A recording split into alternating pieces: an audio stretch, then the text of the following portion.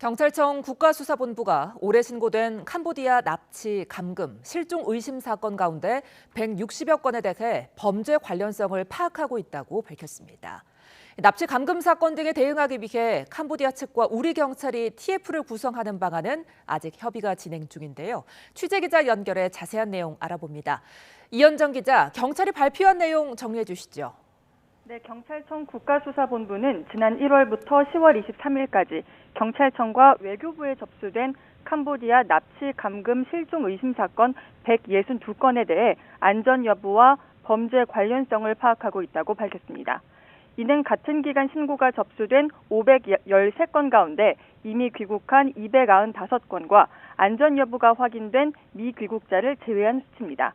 경찰은 이와 함께 지난 16일부터 동남아시아 지역의 국외 납치 등 특별 자수신고 기관을 운영하고 있습니다.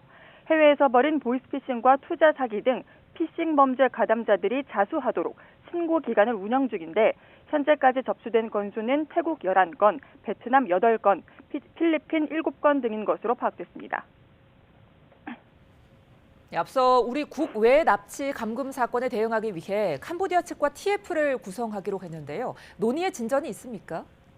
네, 경찰은 앞서 납치 감금 사건 등에 대응하기 위해 만들기로 했던 TF와 관련해서는 아직 캄보디아 당국과 협의 중이라고 밝혔습니다. 실시간 정보 공유와 현지 합동 현장 점검이 가능하도록 협의하고 있다고 설명했습니다. 다음 달 캄보디아에 경찰 주재관 2명이 추가로 파견될 예정인데 당국과의 협의 결과에 따라 더 보내는 방안도 검토할 방침입니다. 캄보디아에서 숨진 채 발견된 한국인 대학생 박모 씨 사건과 관련해서는 아직 국립과학수사연구원에서 부검 결과를 통보받지 못한 상태입니다.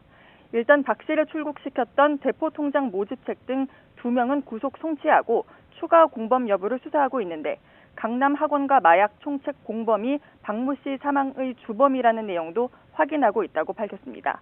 이와 별개로 캄보디아에서 송환된 피의자 64명을 상대로 입국 경위 등에 대한 수사를 이어가고 있는데 추가 송환과 관련해서는 아직 별다른 진행 상황이 없는 것으로 파악됐습니다.